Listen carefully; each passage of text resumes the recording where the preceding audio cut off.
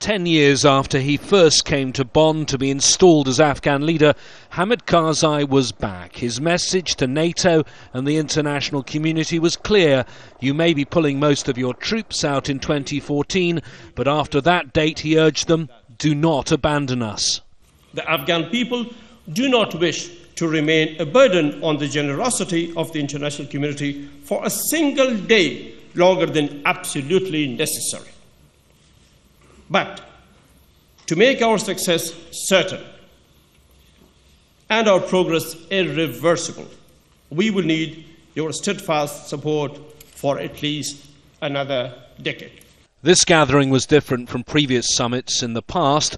Much of the talk has been of AFPAC, a recognition that Afghanistan's future is entwined with that of its most important neighbour, Pakistan.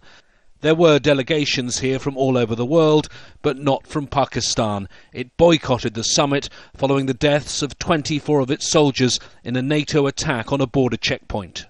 The entire region has a stake in Afghanistan's future and much to lose if the country again becomes a source of terrorism and instability. And that is why we would, of course, have benefited from Pakistan's contribution to this conference. And to that end, nobody in this hall is more concerned than the United States is about getting an accurate picture of what occurred in the recent border incident. There are more than 90 foreign delegations attending this conference, and the foreign ministers have been queuing up one after the other to express their commitment to the future of Afghanistan. The real test of that, though, will come at a future summit in Tokyo next year, where they'll be asked to come up with the money. The size of the Afghan army and police force is growing. Soon the total number will be 350,000, costing $7 to $8 billion a year. The Afghan finance minister told me getting nations to contribute is going to be tough.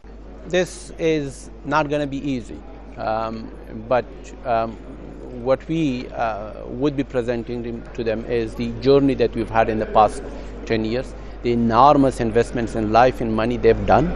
And post 2011, it's a fraction of the investment that they would be doing what they've already done.